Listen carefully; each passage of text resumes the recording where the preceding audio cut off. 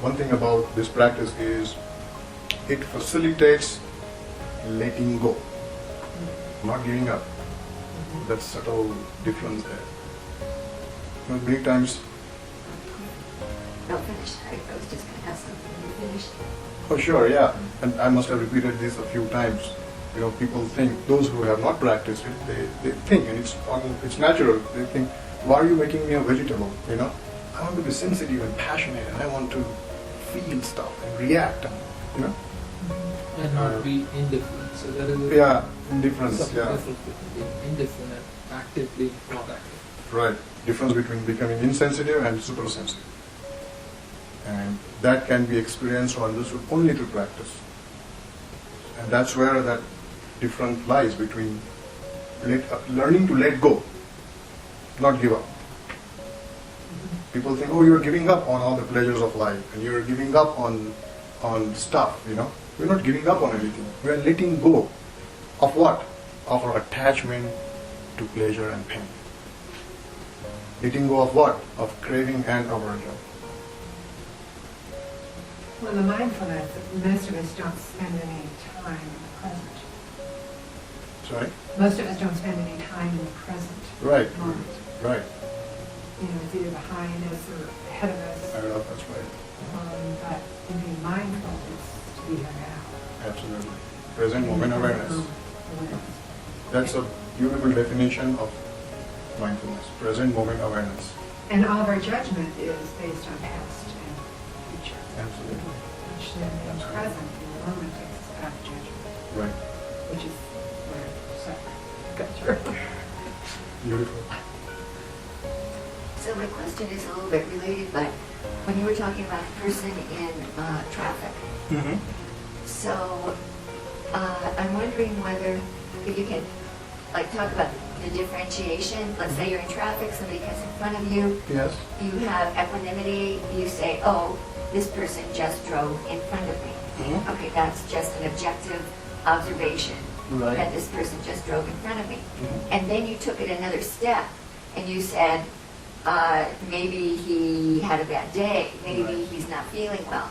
So I'm just wondering about this additional empathy, or your thought that moves into empathy versus just staying in this person just drove in front of me. That's why I said equanimity has active parameter. Okay. The element of equanimity is not passive. It's active. It's that sublime state of mind, it automatically facilitates empathetic behavior. So it's like another step forward if you move from just this person just drove in front of me Right. to moving into an empathetic place right. and kind of thinking, a positive thing towards that person. Absolutely, right. Equanimity is very subtle, very complicated, can be very misleading, But as long as you realize that it is active in nature, not passive. Like I said, you're not becoming vegetables. So, in fact, as we all know, empathy is the number one reason why we have evolved to the level where we are. It's a very important element of evolution. And what we are doing is we are just increasing that speed, like from 50 miles per hour to 500 miles per hour by doing the meditation practice. So then, when you experience the moving to empathy, Mhm. then that's when you become more aware that this isn't about just being indifferent. I mean, because like you said, a lot of people say, well, I don't want to be a vegetable. Right. So you can tell that you're not a vegetable Mhm. when you move into feeling empathy. Right. So that's when you're super sensitive. Correct. Mm-hmm. Right. They're all intertwined. It's not that something happens first and then the next thing happens. Everything is happening simultaneously. There's concentration, mindfulness, there's non-reaction, bang, equanimity, empathy, So it's all happening so spontaneously. And that's a very, very important point because there are many meditators who very diligently practice equanimity, but in a very wrong way. So it's called false equanimity. And for example, if somebody, let's say, attacks you and you just don't do anything, that's false equanimity. But when somebody is attacking you, if you arouse compassion for the attacker, then it is real equanimity. So always there is this empathy, there is that compassion, there is that higher state of mind, where it's super sensitive in the sense that it acts at a very different level. It's not acting at the level of thinking or even thoughtfulness. It is gone way beyond that. Now, even the feeling of empathy or compassion, there isn't a feeler. I'm not feeling empathy. That's not me. So in the breathing workout, we learn to experientially understand, quote unquote experientially. There is no breather behind the breath. That's the fourth element of meditation, which is called wise attention. After a certain level of practice, you will start giving attention wisely to what is happening at the level of body, mind, consciousness. Constantly. What is happening? And suddenly, the moment of awakening, the eureka moment. Oh, there is no breather here. There's just this body that is breathing. And then you move on. Oh, there are just these feelings. They are coming and going. There is no feeler behind the feelings. You move on. Oh, there are just these thoughts. They are coming and going like clouds come in the sky. There is no thinker behind the thoughts. You keep moving. And then one day, if you're lucky, you realize, oh, there are just these experiences. There is no experiencer behind the experiences. That's how you transcend the body, you transcend the mind and consciousness. And when you do that, that experience is the experience of the soul. So we've been doing the Soul Journey series for the last 3-4 weeks. And so this is the roadmap to reach the realm of the soul. So the soul is the experiencer. That's another level of, it's called latent tendency of delusion. In the traditional terms, we call it anusuya. I don't know if you've heard the word. That is the hardest one to penetrate and transcend. Hardest one. When we think that the soul is the experiencer, that's when the delusion of individual soul arises. Okay? But if you can transcend that, then you are in the realm of soul. So you transcend Atma and reach Paramatma. That's how you can understand it in the traditional language. That journey from Atma to Paramatma is the most profound journey. So intellectually we can understand, I can tell you in very, very nice language, and very smartly, whatever, cleverly, that the soul is not the experiencer. But it doesn't have any meaning. That kind of wisdom can come only through experience. Because it transcends language, it transcends experience itself. But intellectual understanding is important. It sets the foundation for the journey, it purifies the intellect, and intellect is our number one tool, not beliefs. We're not going to get anywhere with beliefs. Our guiding tool is the intellect. And we combine the intellect with the practice. And, move on. So you were actually not there last 2-3 weeks, but I want to just kind of quickly run you through, and this will also be a recapping of whatever we talked about. So basically, we've been talking about soul, and like we said, if you were to look into the mirror and ask yourself a question, who am I, right? And then start contemplating on it, you will first realize that I am this body, right? There is this body. If you contemplate further, you'll realize that there is something beyond the body, that which thinks, perceives, feels, right? We call it the mind. Okay, I'm the body, I'm the mind. And then one day you'll realize that there is the experience of the body and mind. That experiential aspect is consciousness. The phenomenon of experience is consciousness. The phenomenon of cognition, the phenomenon of knowingness is consciousness. Then you realize, oh, okay, I am this body, mind, consciousness. There's still that I there, because we are attached to the body, mind, and consciousness. We think it's my body, my mind, my consciousness. But with this practice which we are doing here, a time comes when you realize that body is body, mind is mind, consciousness is consciousness. Not my body, my mind, my consciousness. Why we feel pain? Because we think it's in my body. Why we feel anger, repentance, guilt? Because we think it's my thoughts, it's what something that I have done, so on and so forth. That understanding, that awareness, that body is body, mind is mind, consciousness and consciousness, not me. That awareness, that understanding, that knowingness, that beingness is what soul is.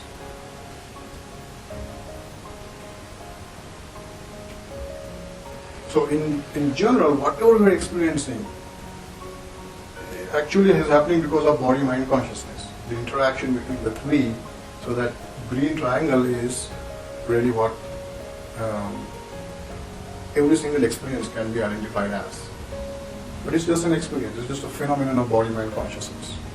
So when we constantly say that, when we constantly are aware of that, then we are abiding in the realm of the soul. We are becoming soulful. You see what I'm saying?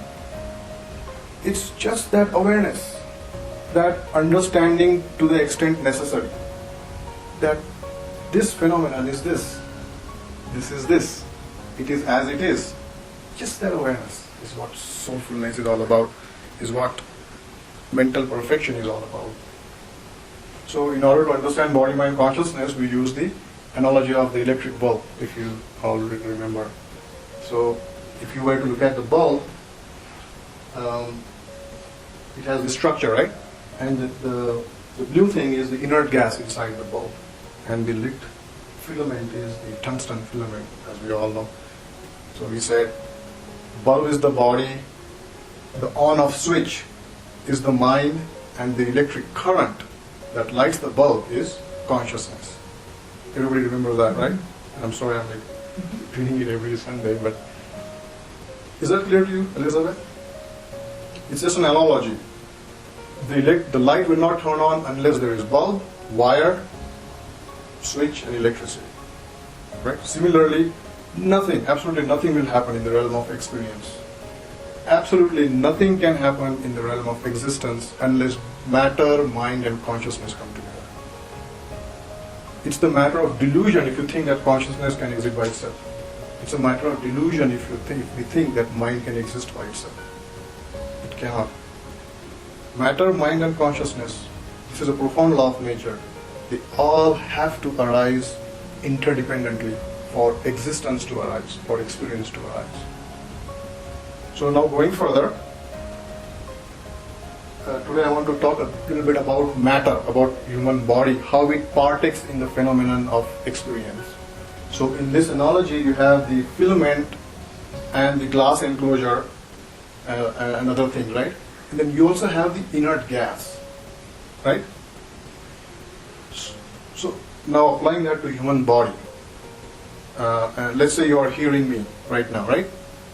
What apparatus are you using to hear me? Physically, ear. Ears. Which have canals Right. and connects the brain. Correct. So there is ear, but inside the cavity of the ear, there is another matter called the subtle ear matter. There are two types of matter in human body. One is organic matter and the other one is non-organic matter. Organic matter we can see under the microscope, but non-organic matter you can't. You can't see. Just like in this electric bulb, the filament and the glass enclosure, you can see, but can you see the inert gas?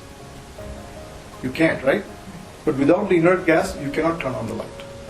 And likewise with the ear, unless you bring into awareness the vibration of sound, which is not something you can measure, but it's not something you see. I'm going to get to that. Sorry. No problem. I just wanted to introduce the idea that there is organic and non-organic matter in the body. So you have the ear, and inside the ear is subtle ear matter. In the traditional term, we call it indriya. So the subtle ear matter and the ear. Okay, that's the body part.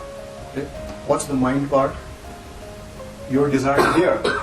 You're not walking out of here. You're sitting here. There's that volition, right? That desire, that volition is the mind. And what's the other part? Consciousness. There is that ear consciousness that is arising dependent upon the ear, the subtle ear matter, and the desire to hear. Unless those three things are combined, you won't be able to hear. Unless you have the body, which is ear and the subtle ear matter. Unless you have the desire to hear, and unless there is ear consciousness which arises, it's a distinct consciousness. And we have talked about this. There are 121 types of consciousness that partake in the phenomenon of experience, any experience, like the experience of hearing, right? Similarly, other experiences of seeing, smelling, tasting, touching, thinking, all these experiences, there is a body part, there is a mind part, and there is a consciousness part. Like smelling, there is a nose consciousness. Touching, there is a touch consciousness. Everything combines and gives rise to a phenomenon. Now, your question, your general question, what's the point? Right? All this discussion is not just dry discussion. There's a reason, there's a point behind understanding what is happening behind our experience.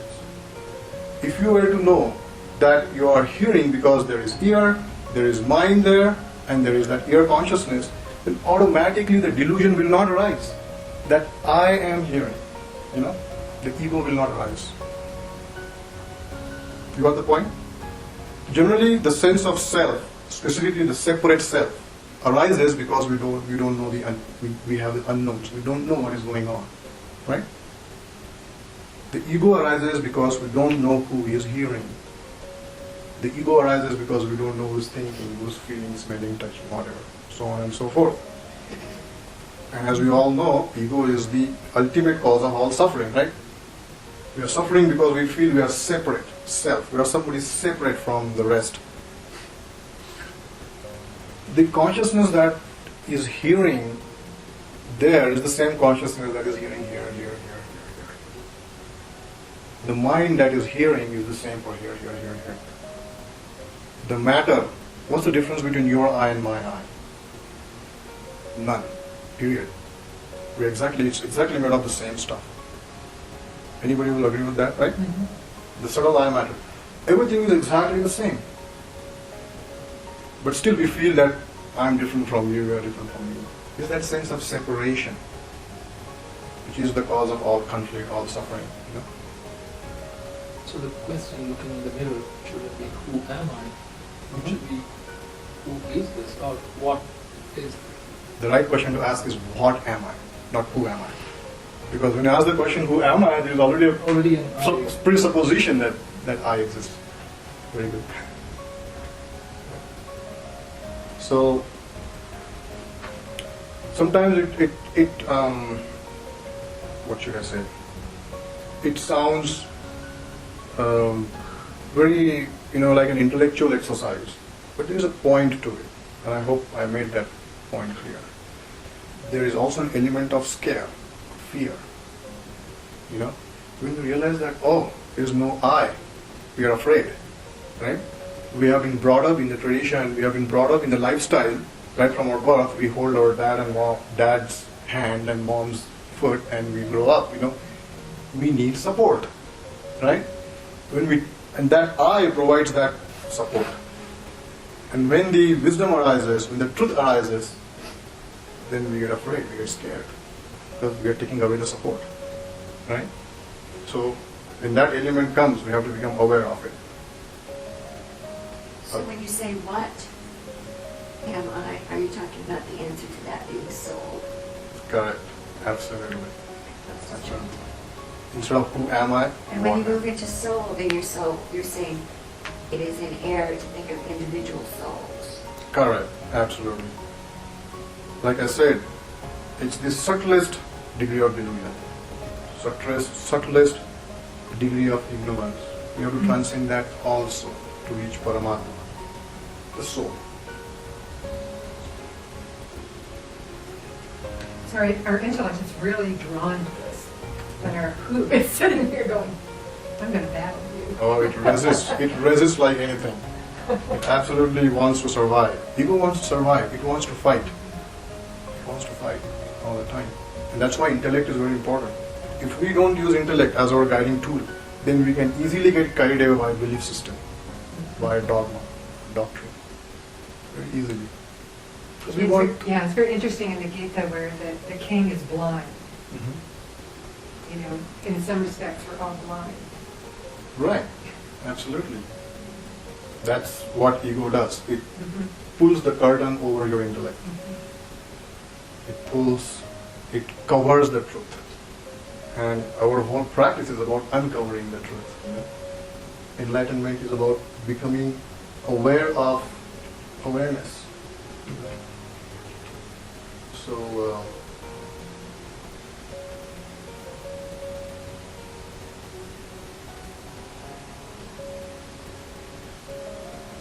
Pat? What? I'm here. Good. Excellent. How about you, ma'am? Any comments or questions? Yeah, I'm still confused with what am I? It should be like you said, what is this? Right? The question is not what am I? Okay. Good. He's further purifying the question. He's further making it straightforward. Yes. Good.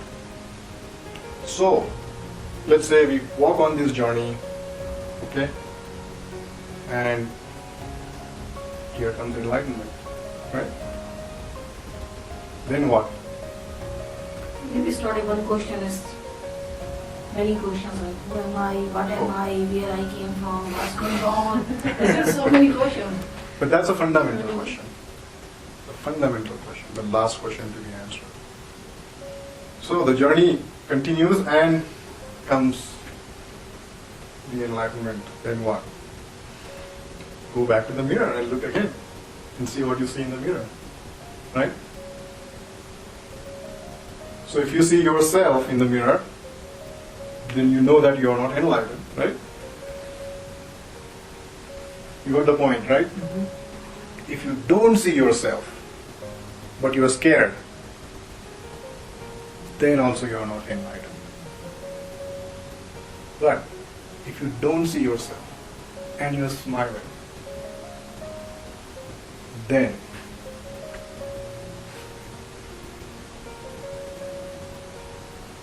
actually the fact of the matter is there is no such thing as enlightened being. There are only enlightening moments. And ancient masters say that. Even that is not for me. Right. Impersonality is the trademark of enlightenment, right? So how can you say that I am enlightened? Right? So, I guess the metaphor for me is the sort of universe where you see the planet here, this star here, and all those are those moments. And then you look into the dark. You know, nothing's not that. right. And when we can remain in that, is when we're truly. Then we can That is the phenomenon. enlightenment. So the point is, enlightenment is also a phenomenon. Just like bodies, mind, is consciousness. Because there is also danger there to get attached to enlightenment. There also. Enlightenment is a phenomenon. But it's not a conditional phenomenon like body, mind, and consciousness. It's an unconditional phenomenon. And our job is to continuously tap into that phenomenon. Constantly.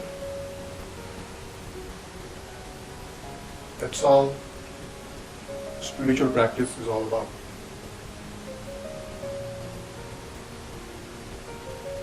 The days when we are compassionate, when somebody crosses the way and comes in front of us, there are days when we are compassionate and there are days we are like, get out of my way, so we have to constantly make us compassionate. Absolutely. I'm at that stage, I'm not talking about Sure. But please don't settle for anything less than enlightenment. All other things are going to happen on the way. It's law of nature. Loving kindness is going to arise, compassion is going to arise, gladness, bliss, equanimity. But that's not the final destination.